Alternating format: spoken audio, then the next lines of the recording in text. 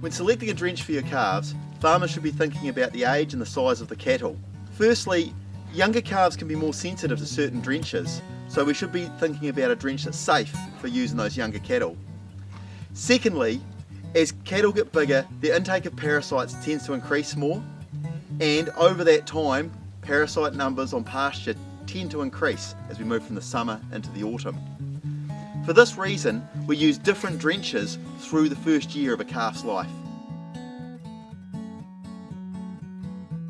In the first year of life, there are three main parasites of major concern to calves in terms of production.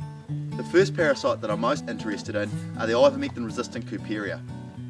On their own, they're generally not that pathogenic. When single active mectin drenches are used, these parasites can survive those drenches and the numbers build up on pasture, and then they become a major problem. For this reason, we always use a combination drench in young calves containing levamisole to control these ivermectin-resistant Couperia. Second is the Ostatagia. Ostatagia can do a lot of damage to the gut wall in the true stomach or abomasum.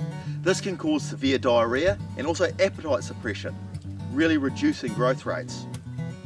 Abamectin is the product of choice for control of Ostatagia, but we need to be careful using abamectin, as in combination with levamisole it can cause toxicity in young or small calves. Oxfendazole also does a good job against Ostatagia. The third worm that I'm concerned about is lungworm.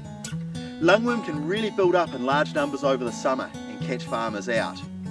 Abamectin again is a good product to use to control lungworm numbers. Lungworm can cause severe coughing and even death in cattle. Every year I talk to farmers who have been caught out by lungworm because they haven't been using a product containing amectin.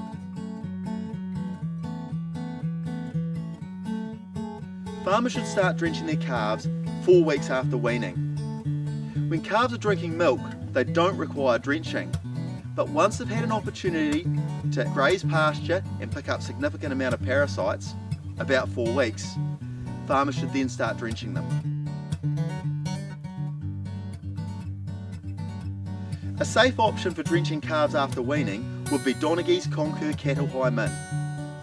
This drench contains a combination of oxfendazole and levamisole for control of resistant Couperia, with the oxfendazole doing a job on the other parasites.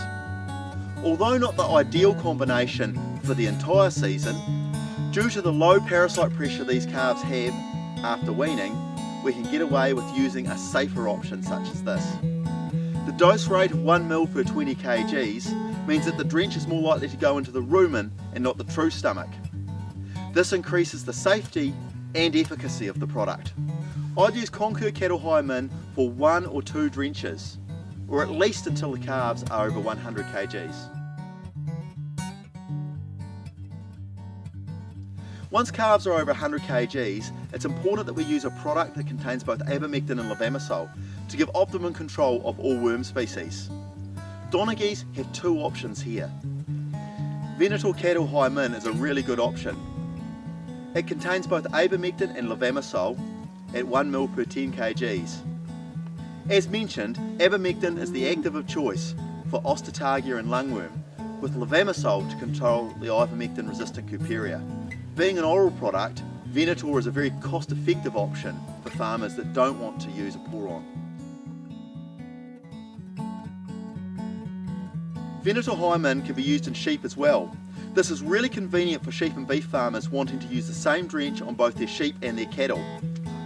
This reduces wastage and means less drums sitting on the farmer's shelf. If a farmer doesn't want to orally drench his calves, satin pour-on is the big gun when it comes to parasite control. Like Venator High Min, it contains abamectin and levamisole for control of all the major parasites that we're worried about in calves: Ostatagia, lungworm and resistant Couperia.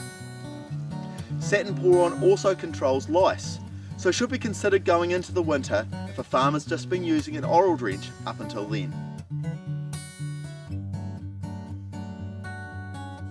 Cattle are still developing immunity to resistant Couperia up until 15 months of age. Farmers should continue to use satin pour-on until this time. Donaghys has the full range of calf drenches, making it really simple for the farmers. First up is Concur, a safe oral for the first 1 or 2 drenches. Then we move on to one of our drenches with ivermectin and levamisole in it. The oral version is Venator, which you can use while the calves are still easy to drench. Then farmers can move on to a pour-on when it suits them. If a farmer wants to go directly from Concur Oral to Satin Pour-On, that's absolutely fine too.